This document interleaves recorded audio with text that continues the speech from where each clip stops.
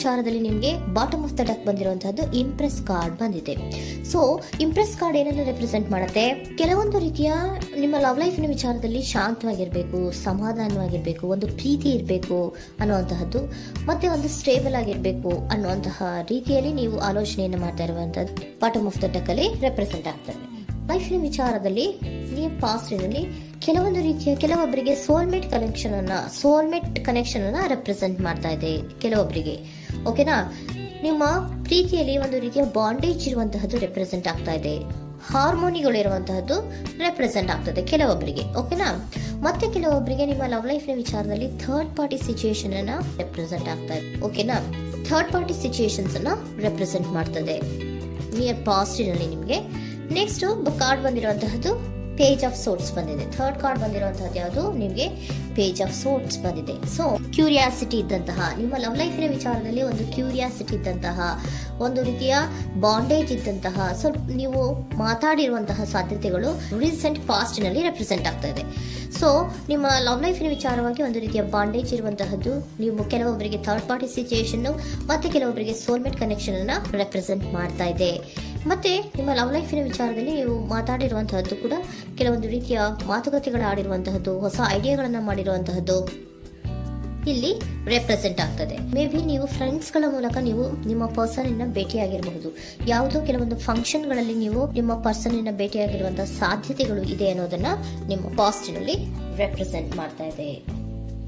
Next, at ಪ್ರೆಸೆಂಟಿನಲ್ಲಿ ಯಾಕೋ ನಿಮ್ಮ love ಲೈಫಿನ ವಿಚಾರದಲ್ಲಿ ಫೀಲಿಂಗ್ ಲೆಫ್ಟ್ ಔಟ್ ಆಗಿರುವಂತಹ ಸಾಧ್ಯತೆಗಳು ರೆಪ್ರೆಸೆಂಟ್ ಆಗ್ತಾ ಇದೆ. ಅಟ್ ಪ್ರೆಸೆಂಟಿನಲ್ಲಿ ಯಾಕೋ ಕೆಲವೊಂದು ರೀತಿಯ ಚಿಂತೆಗಳಿರುವಂತಹದ್ದು, ವರೀಸ್ಗಳಿರುವಂತಹದ್ದು, ಬೇಜಾರಿನಲ್ಲಿ ನಿಮ್ಮ ಲವ್ ಲೈಫಿನ ವಿಚಾರದಲ್ಲಿ ಇರುವಂತಹದ್ದು ರೆಪ್ರೆಸೆಂಟ್ ಆಗ್ತಾ ಇದೆ. ಯಾಕೆ ಅಂದ್ರೆ ನಿಮ್ಮ ಲವ್ ಲೈಫಿನ ವಿಚಾರವಾಗಿ ಕೆಲವೊಂದು ರೀತಿಯ ಬದಲಾವಣೆಗಳಾಗ್ತಾ ಇರುವಂತಹದ್ದು ರೆಪ್ರೆಸೆಂಟ್ ಆಗ್ತಾ ಇದೆ. ಯಾಕೋ ಕೆಲವೊಂದು ಚೇಂಜಸ್ಗಳಾಗ್ತಾ ಇರೋದ್ರಿಂದ ನೀವು ಬೇಜಾರಿನಲ್ಲಿ ಇರುವಂತಹದ್ದು. ನಿಮ್ಮ ಲವ್ ಲೈಫಿನ ವಿಚಾರವಾಗಿ ಯಾಕೋ ಪರಿಸ್ಥಿತಿಗಳು ಅಷ್ಟು ಚೆನ್ನಾಗಿಲ್ಲದೆ ಇರುವಂತಹದ್ದು ರೆಪ್ರೆಸೆಂಟ್ ಆಗ್ತಾ ಇದೆ. ಯಾಕೋ ಕೆಲವು ಬದಲಾವಣೆಗಳು, ಚೇಂಜಸ್ಗಳು ಆವಾಗಿಂದ ಆವಾಗಲೇ ಆಗ್ತಾ ಇರುವಂತಹದ್ರಿಂದ ನಿಮಗೆ ಬೇಜಾರಾಗಿರುವಂತಹದ್ದು ರೆಪ್ರೆಸೆಂಟ್ ಆಗ್ತಾ ಇರೋದು. ಮತ್ತೆ ಥರ್ಡ್ ಕಾರ್ಡ್ ಬಂದಿರುವಂತಹದ್ದು ಕ್ವೀನ್ ಆಫ್ ವ್ಯಾಂಡ್ಸ್ ಬಂದಿದೆ. ಸೊ ಕ್ವೀನ್ ಆಫ್ ವ್ಯಾಂಡ್ಸ್ ಏನಕ್ಕೆ ನಿಮಗೆ ಪದೇ ಪದೇ ಚೇಂಜಸ್ಗಳಾಗ್ತಾ ಇದೆ? ಆ ಚೇಂಜಸ್ಗಳಿಂದ ಯಾಕೋ ಕೆಲವೊಂದು ರೀತಿಯ ವೇರಿಯೇಷನ್ಗಳು ಆಗ್ತಾನೆ ಇರೋದ್ರಿಂದ ನಿಮಗೆ ಬೇಜಾರಾಗ್ತಾ ಇದೆ.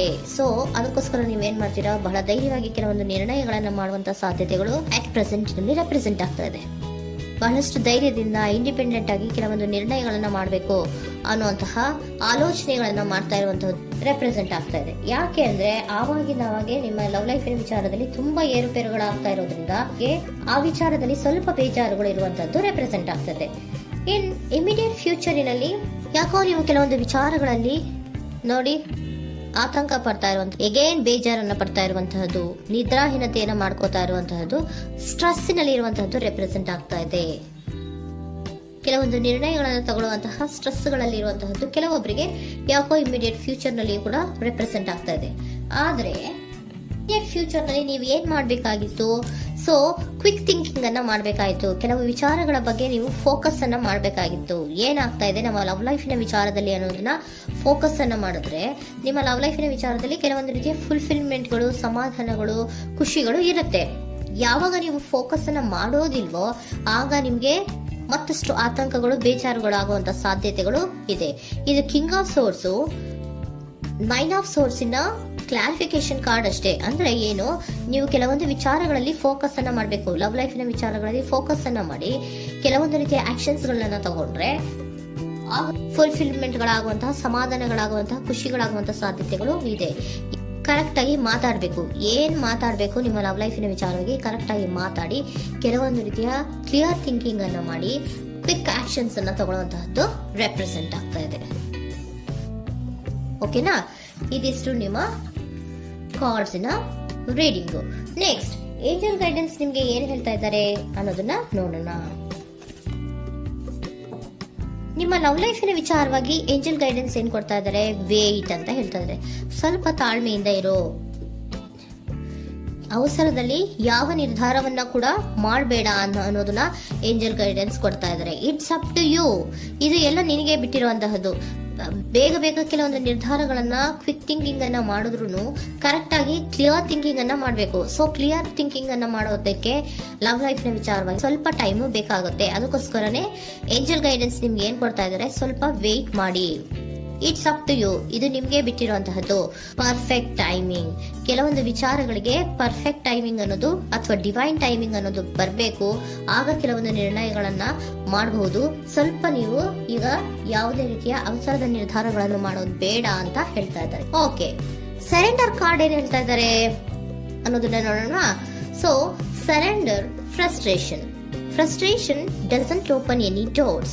The key to resolving a dilemma, dissolving a block, is to take a breath, center yourself and regroup, so may approach the situation more calmly. Frustration, ಹತಾಶೆ ಅನ್ನೋದು ಮಾಡ್ಕೋಬೇಡಿ. ಹತಾಶೆ ಮಾಡ್ಕೊಳ್ಳೋದ್ರಿಂದ ನಿಮ್ಗೆ ಯಾವುದೇ ರೀತಿಯ ಹೊಸ ಐಡಿಯಾಗಳು ಬರಲ್ಲ, ಹೊಸ ಥಿಂಕಿಂಗ್ಗಳು ಬರಲ್ಲ, ಕ್ಲಿಯರ್ ಥಿಂಕಿಂಗ್ ಅನ್ನ ಮಾಡಕ್ಕೆ ಸಾಧ್ಯ ಆಗಲ್ಲ.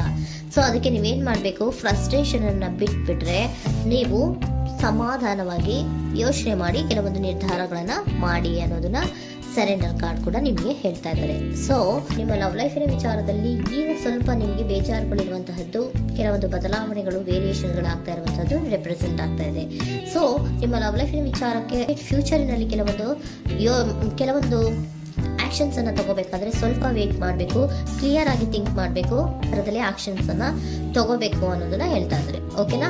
ಆಗ ಮಾತ್ರ ನಿಮಗೆ ನಿಮ್ಮ ಎನರ್ಜಿಯಲ್ಲಿ ಏನ್ ಶಾಂತತೆ ಬರಬೇಕು ಅಂತ ಹೇಳ್ತೀರಲ್ಲ, ಆ ಶಾಂತತೆ ಏನ್ ಬರಬೇಕು, ಲವ್ ಲೈಫಿನ ವಿಚಾರವಾಗಿ ಶಾಂತತೆ ಯಾವಾಗ ಬರುತ್ತೆ ಅಂದ್ರೆ ನೀವು ಕ್ಲಿಯರ್ ಥಿಂಕಿಂಗ್ ಅನ್ನ ಮಾಡಿದಾಗ ಮಾತ್ರ ಬರುವಂತಹದ್ದು ಅನ್ನೋದು ಕಾರ್ಡ್ಸ್ ಗಳಲ್ಲಿ ರೆಪ್ರೆಸೆಂಟ್ ಆಗ್ತದೆ.